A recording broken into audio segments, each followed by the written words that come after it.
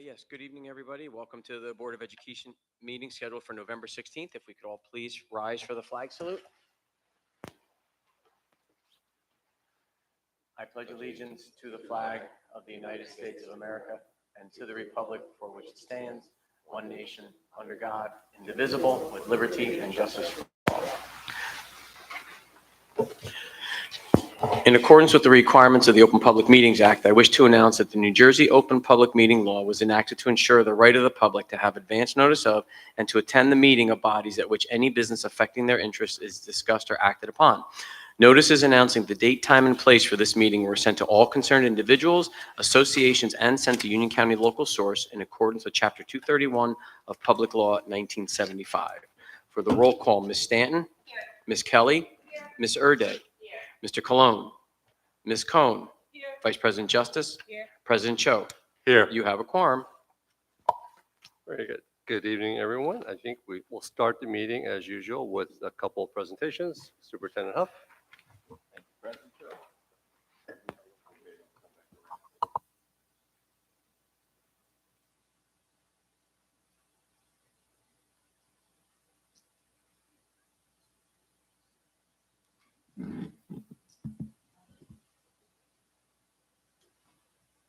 Projector's not on.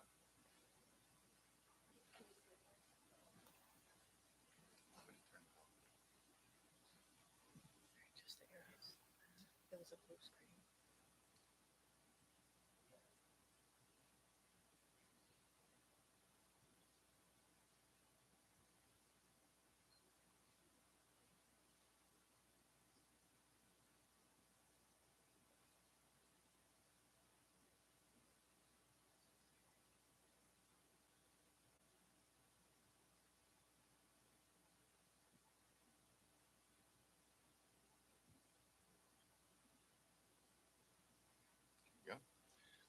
All right, thank you. Good evening. Thank you.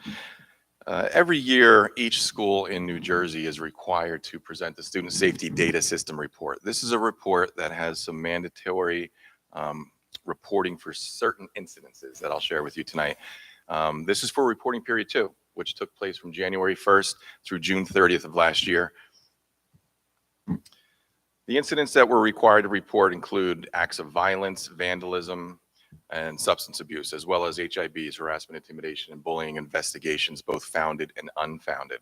And it also requires us to report incidents where students are removed. That would be suspensions for any other reason or code of conduct violation.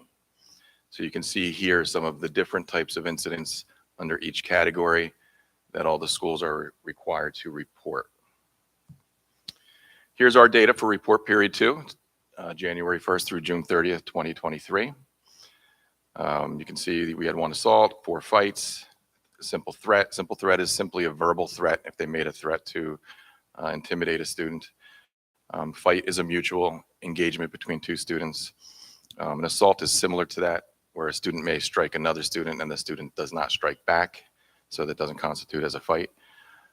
Computer trespass, if somebody enters another student's device, damage to property, all pretty standard things. And then you'll see 26 removals for other incidents. Those would be basic violations of code of conduct, anything from language to inappropriate behavior, maybe negative physical contact, horseplay, disrespect, based on our code 5600, I believe, our policy 5600 code of conduct. You see under substance use or abuse, 23 and 10, the possession of 10, that is included in the number 23. It means 23 students were sent out and tested for suspicion of being under the influence of some sort of substance. And within that, 10 of those 23 students actually possessed something on them as well.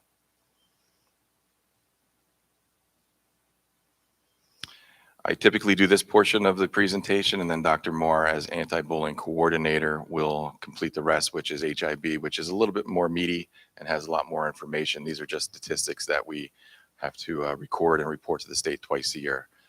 So before I turn it over to Dr. Moore, does the board have any questions on this portion of the presentation? Okay, thank you. Yes, Mr. Cho. Entire district, yeah. All right, thank you very much. Dr. Moore.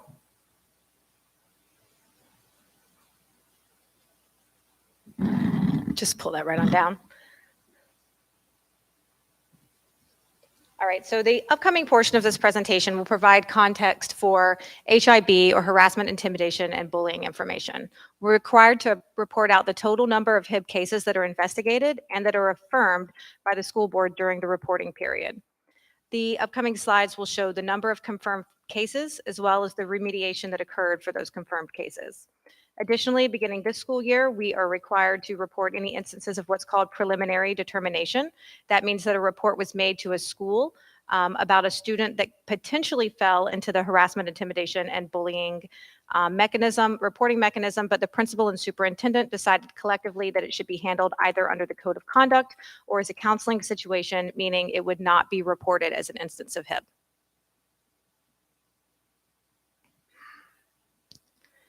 Also required in our report is a list of the anti-bullying staff for the district and school sites, which can be found on this slide.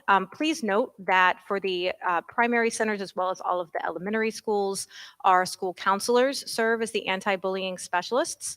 And then for our middle and high school, our SACs as well as our assistant principals serve as the anti-bullying specialists.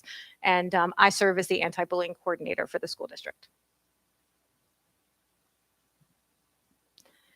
Here we have the total number of harassment, intimidation, and bullying cases investigated and confirmed at each building. As you can see, the first number represents the number of cases investigated that were alleged but not confirmed. And the second column represents the number of confirmed HIB cases, which means that these instances were found to be in violation of the harassment, intimidation, and bullying policy. The final column represents the instances of preliminary determination that I just described, with the district total at the bottom. As with any other student behaviors, conflicts, etc., not all bullying looks the same. We're charged with following this formal process and reporting mechanism, but it's important to share that these instances, plus many code of conduct violations, are often handled in the same way. Yes, sometimes there is discipline, but many of the incidents here, as you'll see on the following slide, are handled with counseling visits and serve as teachable moments for our students. To that end, we are not only investigating these instances of bullying, but we are also providing learning opportunities for our students so that they can learn more effective ways to self-regulate, develop empathy for others, and create healthy relationships. Our board goals and daily actions are all aimed at creating a positive school environment where all of our students can thrive. The nature of the incidences of HIB during this reporting period are race and ethnic origin, gender identity and expression, ancestry, mental, physical, or sensory disability, appearance, color, religion, and sexual orientation.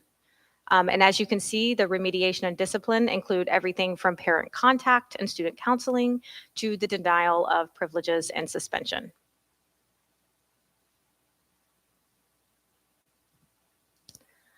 On this final slide is an overview of trainings and programs in our district that address student behaviors and instances of HIB. Some programs that highlight are our Nurtured Heart training that we provided for staff as well as parents, Week of Respect and Red Ribbon Week that occur annually in October. During these weeks, buildings deliver programming to reinforce the messages and themes of these weeks. Peer Leadership Program at Summit High School. Peer leaders deliver lessons in health and PE classes on topics of transition, moving into the high school, the impact of words on others, and managing stress. Our SEL meeting time and advisory at the Midland High School continue to provide opportunities for students and staff to regularly connect, build a sense of community, and incorporate social emotional learning lessons. Our high school self-care fair, where over 24 community organizations provide resources for high school students on how to care for themselves and to care for others in the community. And through these efforts, and obviously this is not an exhaustive list, but more of an overarching theme, we work diligently to continue to improve our programming across schools, both to react to trends and to proactively educate the school community. Any questions from the board? All right, thank you very much.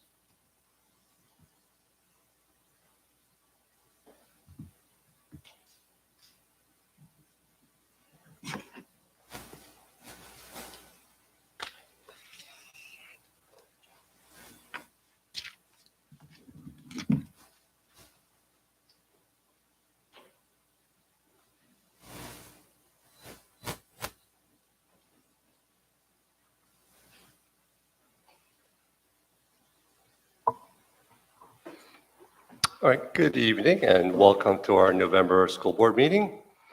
We are here at LCJ SMS Auditorium because the high school fall play Sense and Sensibility will have their opening shortly tonight.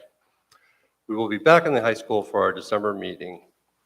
Earlier this month, we had our first coffee with the school board at the high school cafeteria. Vice President Justice and I were in attendance. We'll hold our next one in January and we'll announce the date at our December meeting. Continuing with our practice of highlighting activities around our schools related to the district goals, this month's activities relates to goal number 3. The Summit Public Schools will further the development of a science, technology, engineering, arts, and mathematics STEAM initiative to cultivate interest and encourage innovative thought processes that will develop critical thinking and problem-solving skills and prepare students for future opportunities in a dynamic global landscape. Here at the middle school and high school, construction has started to provide the classroom space for the STEAM initiatives. However, at the elementary level, we're now year 2 of our STEAM initiative with the Innovation Labs generously funded by SEF. A recent project in the district STEAM initiative involved a 3-day activity with the Hovercraft project, a fully immersive STEM experience where 5th grade students build, test, and ride hovercrafts. Brayton and Washington students were slated for the first day on October 17th. Franklin and Jefferson were on the following day, and Lincoln Hover closed the activity on October 19th. The middle school generously donated the space of Muller's Gym to allow the 5th graders to have ample room to glide across the floor on their hovercrafts.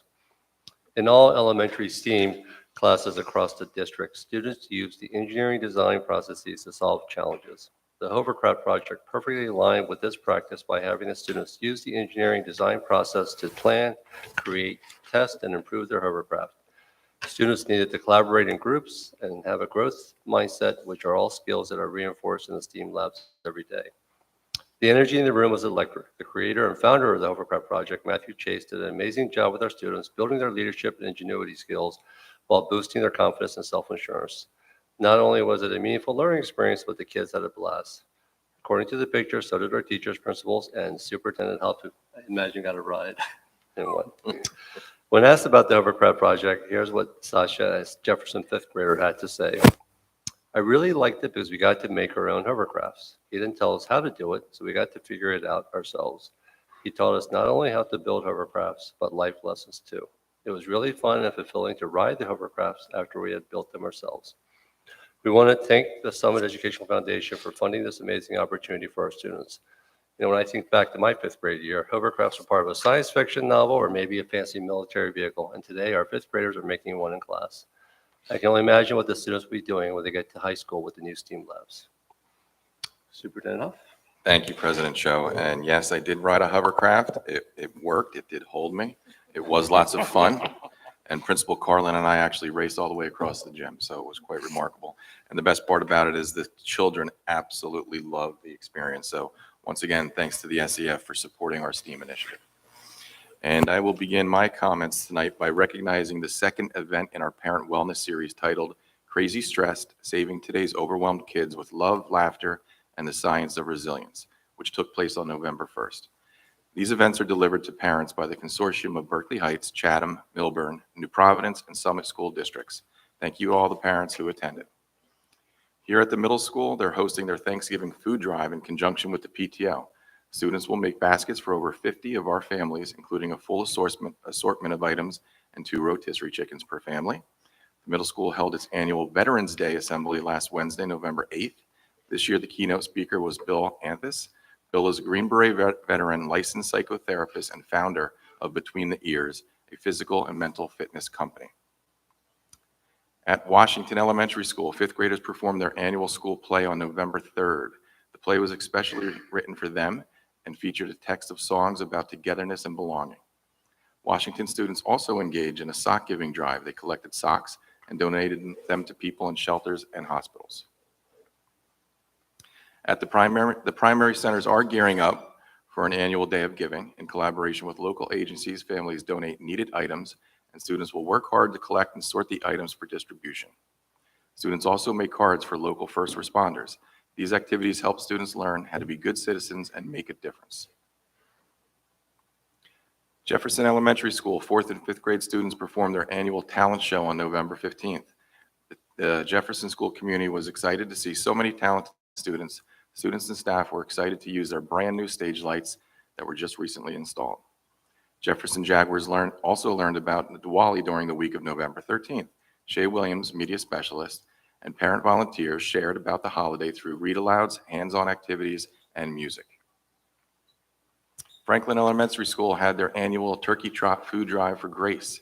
Families donated over 1,500 non-perishable items. A huge thank you to Mrs. Burr, PE teacher, for organizing this event every year, as well as Mrs. Mills, librarian, and Ms. Audino, counselor, for having the Kindness Crew help collect and sort the donations. The Kindness Crew also held a Halloween candy drive to collect leftover Halloween candy, which was also donated to Grace. In the Department of Arts, it's opening night for Summit High School's theater fall play, Sense and Sensibility. Performers are also happening tomorrow and Saturday in Summit High School Auditorium at 7 p.m. On December 1st and 2nd, our middle school will also be performing their fall play, Game of Tiaras. Performances will take place on Friday and Saturday evening at 7 p.m. with a matinee on Saturday starting at 2 p.m.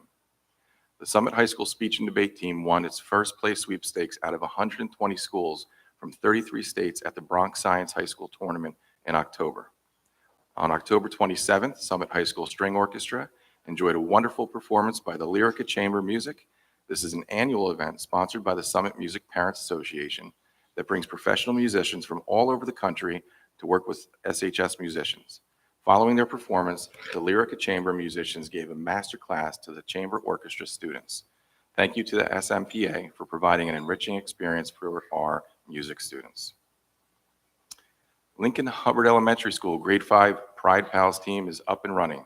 The Pride Pals consist of 45 Grade 5 students who are volunteering their time to participate in initiatives that promote service, spirit, and community building.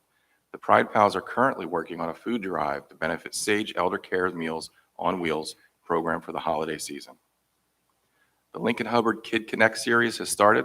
This is a series of homegrown assemblies focusing on social and emotional learning competencies. This year's series focuses on competency of relationships. And finally, with Lincoln Hubbard, a well-deserved shout out to all the students and staff and administration. U.S. News & World just relieved the rankings of the best elementary schools in New Jersey, and I am proud to announce that Lincoln Hubbard Elementary School has been selected as the #1 overall best elementary school in New Jersey. Congratulations. Lastly, with the start of the holiday season right around the corner, I would like to wish everyone a happy and healthy Thanksgiving, hoping you can enjoy quality time with friends and family. And that concludes my report, President Joe. Thank you, Superintendent Huff. And then we do need a motion to approve the other items from the superintendent's report, HIB and suspensions, items A through D.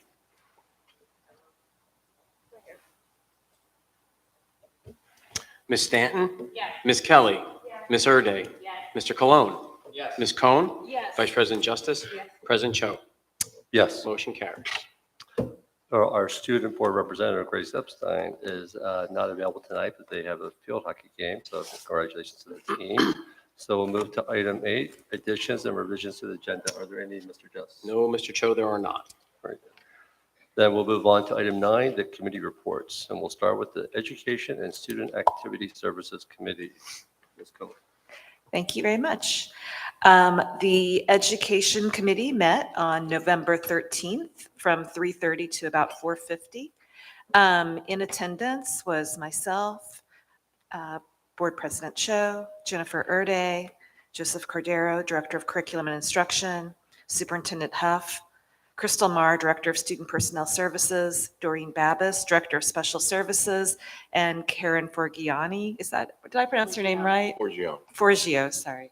I'm not good with last names. Supervisor of Fine Performing and Practical Arts. So our discussion items, we started with the inclusion pilot. Doreen presented to the committee on the inclusion pilot. This pilot is being funded through a New Jersey Inclusion Project grant. It's a 3-year grant with the focus of enhancing and expanding on a more inclusive school environment. The grant will fund a pilot for Washington Elementary School. The pilot focuses on reading, writing, and math instruction in the general education classroom for students who have been taught in small group settings. The purpose of the program will be to train teachers and pilot a program where children in special ed are given the opportunity to learn in the classroom with their gen ed peers. Special ed and gen ed teachers will be co-teaching in the classroom. There is extensive research on the LRE model, and every student benefits from 2 teachers in the classroom, regardless of background and ability. Special ed students are primarily supported by the special ed teachers, but both teachers are responsible for all students. The New Jersey state target for LRE is 45%. Summit is currently at 40%. New Jersey has the lowest LRE rates in the country, and Summit is behind many of our peer schools. Berkeley Heights LRE numbers have increased significantly since they have participated in this initiative that this grant is helping us with. The Summit School District has many in-house programs, and this could be one of the factors that's impacting our lower LRE rate. But with this grant, the expectation is that our LRE numbers will increase as we include more of our students in the general education classroom. Doreen reviewed the grant's goals for the 3 years, which include training in year 1, implementation in year 2 and 3, and evaluation in year 3. She discussed some of the anticipated challenges with the committee as the program is expanded from pilot phase, and these include the need for additional teachers, revisiting curriculum to make sure that the grade level materials allow for the inclusion of special ed students, and the eventual expansion of the program from the elementary school to the middle and high schools. From there, we went to an ELL update. Crystal Marr gave a presentation to the committee on the ELL program. She presented a status update, which she does each November.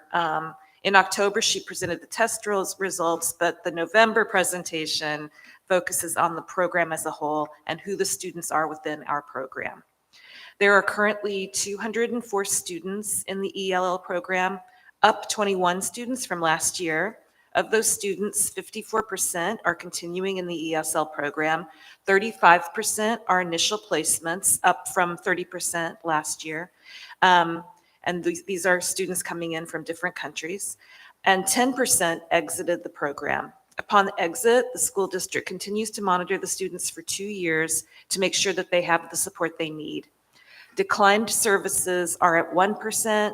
Services may be declined by families generally because the family doesn't want to pull out the student and wants them to be included in the gen ed classes.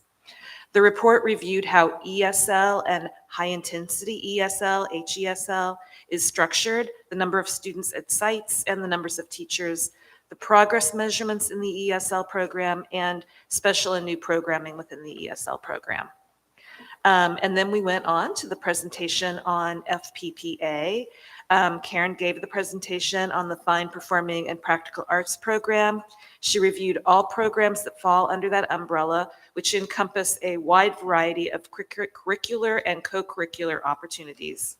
In K through 12, the school district offers 72 courses in the arts across all grades. The district has 30 full-time staff for grades 1 through 12. There are 100 annual events, which includes field trips, and 88% elementary participation in 4th and 5th grade band, orchestra, and chorus. And we have had 219 Rising Star nominations since 2005. On the horizon, the high school will be starting a dance program, as the current bond referendum will add a flexible theater dance space for the development of this offering. The high school will start with an intro dance class as a part-time staff position. The school district is also expanding the art offerings in middle school, particularly for 8th graders. There will be more choices to specialize in areas such as digital filmmaking, ceramics, 2D drawing, painting, and crafts. The district is also developing unified electives in the high school to add more accessibility. The district is also expanding classes that are non-performance music, such as music theory, audio engineering, and music technology. And then theater design and technology, especially within the STEAM initiative, is a great fit for Summit given our active theater program. So that is the report. There are no recommendations at this time. Our next meeting will be Thursday, December 7th at 3:30. Are there any other comments from our people, other board members on the committee? Nothing from me. Okay, thanks. All right, next we move on to the Operations Committee. Mr. Cologne. Thank you, President Cho. The committee met on November 8th for a little bit under an hour, 55 minutes. Attending the meeting from the board, myself, Vice President Justice, and Kelly Stanton. From the administration, Derek Jess and Kathy Sarno. We began the meeting with an update to the committee on the Investing in Our Future facilities projects.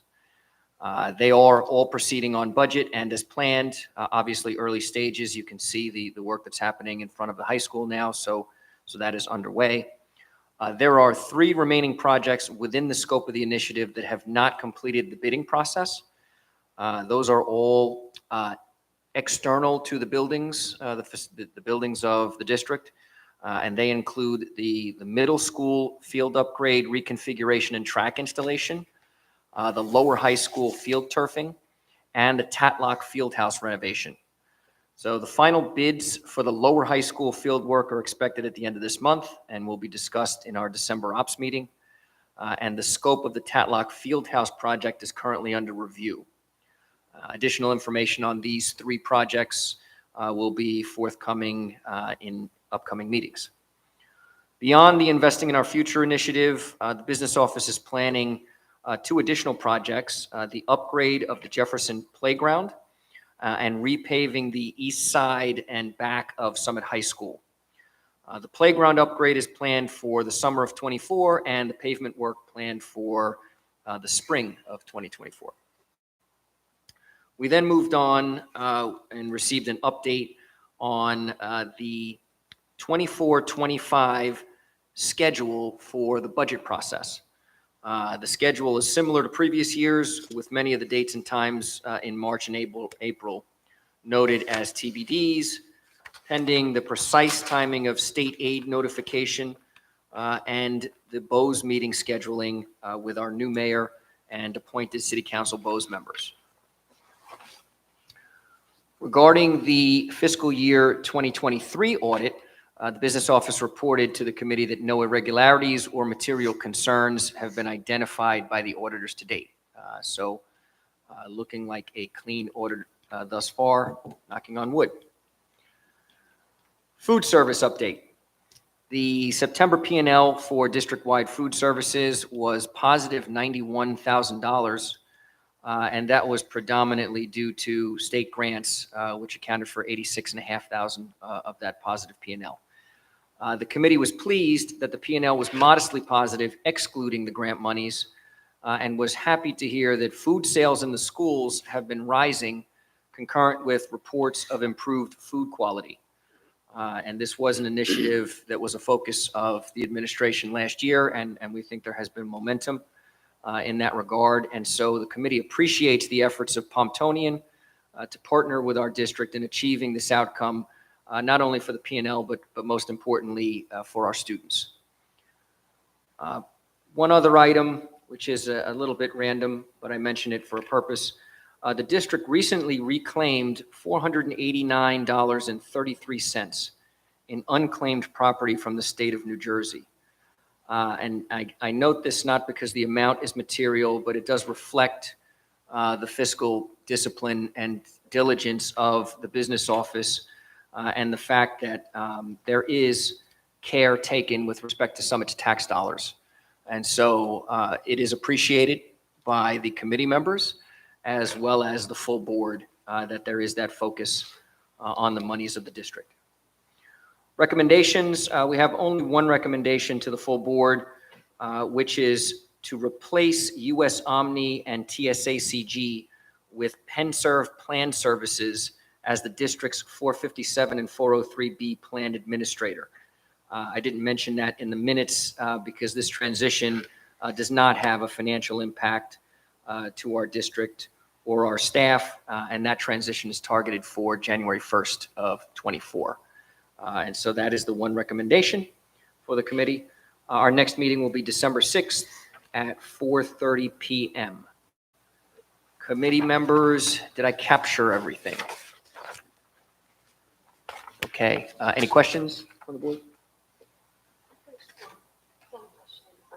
Just around the 403B pension plan, is that moving teachers from, is that going into a self-directed plan now? How's, No, so no change to the plan whatsoever. It's only the administrator of the plan. So there's no change in the plan whatsoever in terms of the teachers and any impact. So do we have an adoption plan to make sure, are teachers automatically put into that plan, or are we asking teachers to utilize that? that is a Derek question. Derek, what's our adoption plan, if you don't mind So- sharing how we're going to get new staff and existing staff in there? Well, so 403B and 457 plans are voluntary, so any staff member that wishes to enroll will reach out to our TPA, which in this case is going from Omni to PennServe, and they will file all the forms with them, pick whatever plan they would like, and then they will start enrolling into that plan.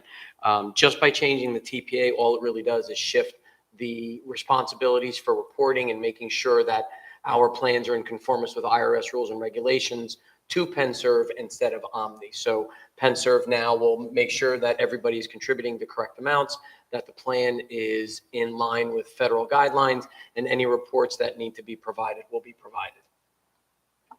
Okay, so just to confirm, so it's voluntary, but do we get an added benefit as a district in terms of greater transparency around, our unfunded pension liability, for example? Is that more, accessible to understand versus, I believe the state just gives like an estimate.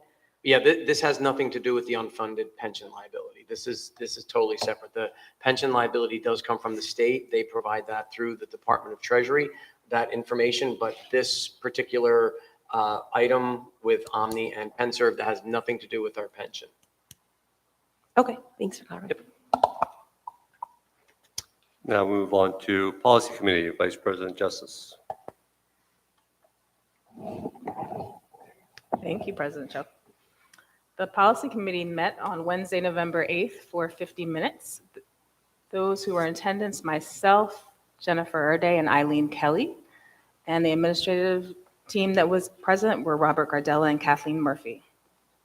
Discussion items, Policy and Regulation 3212, attendance, revised teaching staff. Policy and Regulation 3212 includes revisions to policies and regulations. The policy was revised to create better alignment with the new expanded use of the sick leave law. The policy revisions include statute citations and references to the new policy related to the new law 1642.01. These revisions to regulations do not change our process. Policy and Regulation 4212, attendance, revised support staff. Policy 4212 is a revised policy and regulation.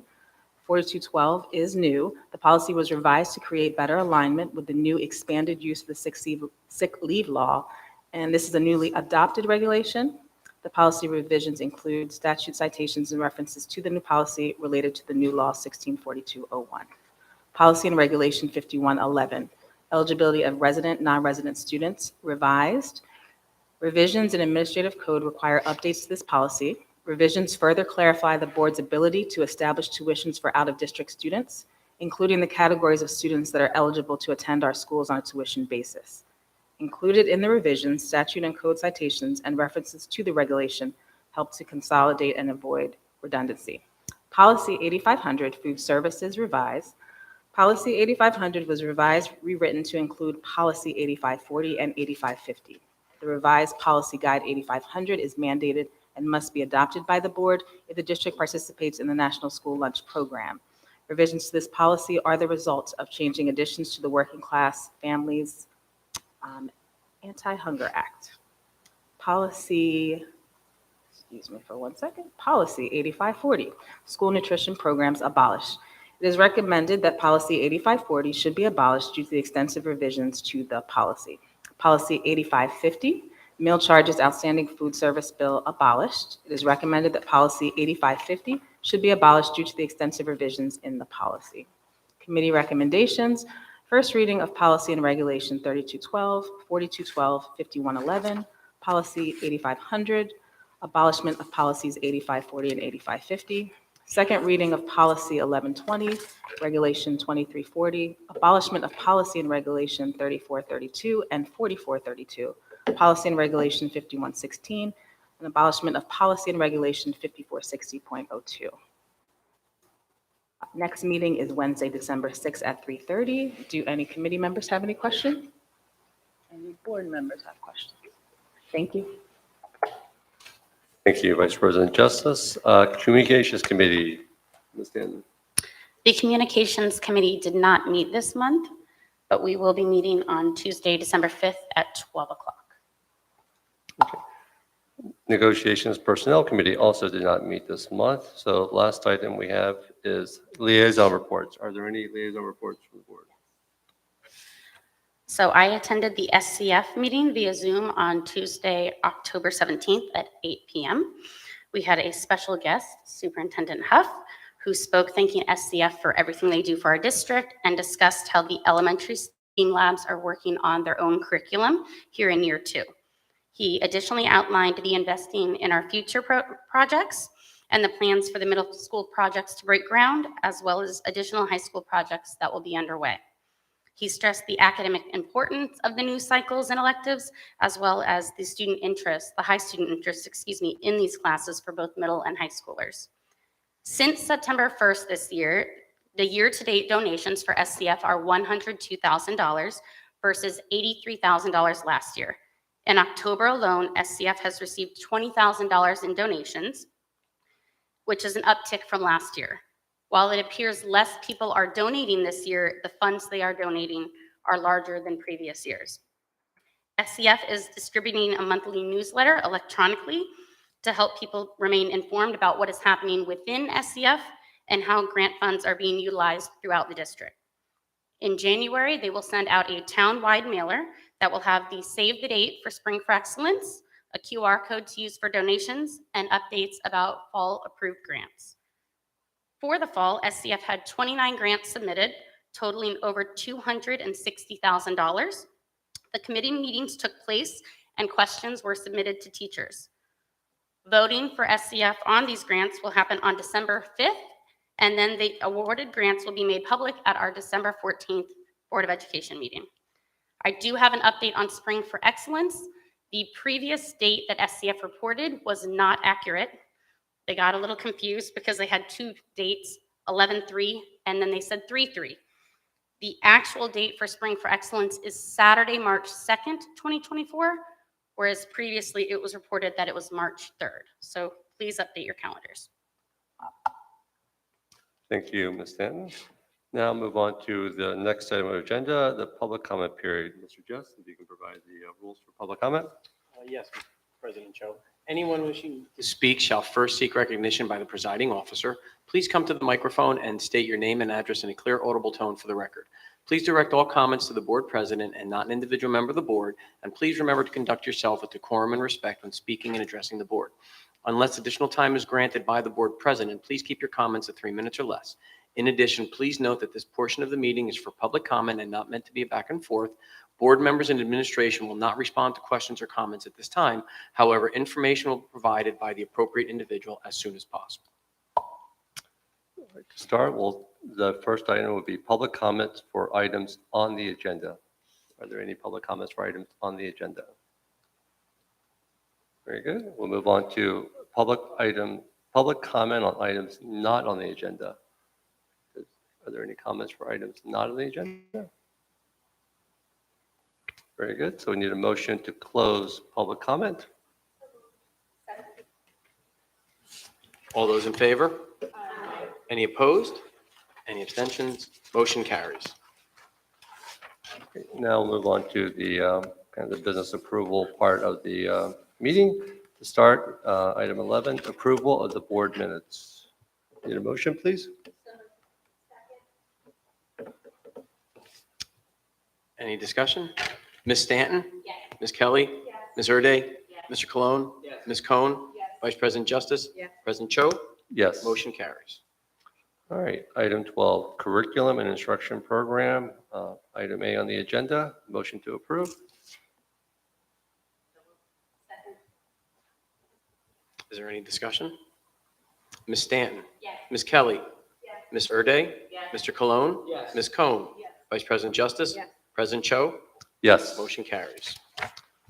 Item 13, finance, items A through LL as noted on the agenda. Motion to approve? President Cho, can I just ask a question? We need to have a second first, please. Thank you. Any discussion? Sorry, I keep doing that to you, That's okay. Derek, apologies. I just had a question around item LL. Is the roughly $5 million that we got back from the state that goes to the 37 million capital improvement projects that we have, was that where we thought we'd land? Meaning, do we estimate getting around that percentage, or have prior rounds been higher? I'm just curious kind of what the reaction is on that being about 14% So of the total. we're confusing a couple of items here, Ms. Kelly. So the ROD grants are totally separate from the bond referendum. We already received money back from the state telling us how much we would get for the referendum itself. It's approximately 32% that we're getting back of the overall bond referendum. And Okay. that's separately. We get that back through debt service, which automatically flows to the city. ROD grants are a specific grant which the state put out last year where districts had to apply under one of 13 criteria. And so we put in probably about 9 applications, and we had 4 that were approved, all for roof projects. And so we will get this $5 million back from the state once we do those projects. So we have to do the project, expend our own money first, and then we'll be reimbursed these individual amounts for these 4 projects. Okay, all right, thanks for clarifying. Any other questions? Ms. Stanton? Ms. Kelly? Ms. Erde? Mr. Cologne? Ms. Cohn? Vice President Justice? President Cho? Yes. Motion carries. Now move on to school board operations, items A and B. Motion to approve? Any questions? Ms. Stanton? Ms. Kelly? Ms. Erde? Mr. Cologne? Ms. Cohn? Vice President Justice? President Cho? Yes. Motion carries. Very good. Next on the agenda is personnel, items A through U. Motion to approve? Any discussion? Ms. Stanton? Ms. Kelly? Ms. Erde? Mr. Cologne? Ms. Cohn? Vice President Justice? President Cho? Yes. Motion carries. Great. And then the last formal item on the agenda are the policies and regulations. The first and second readings of the policies noted by Ms. Justice in her minutes and also noted on the agenda exhibit. Motion to approve?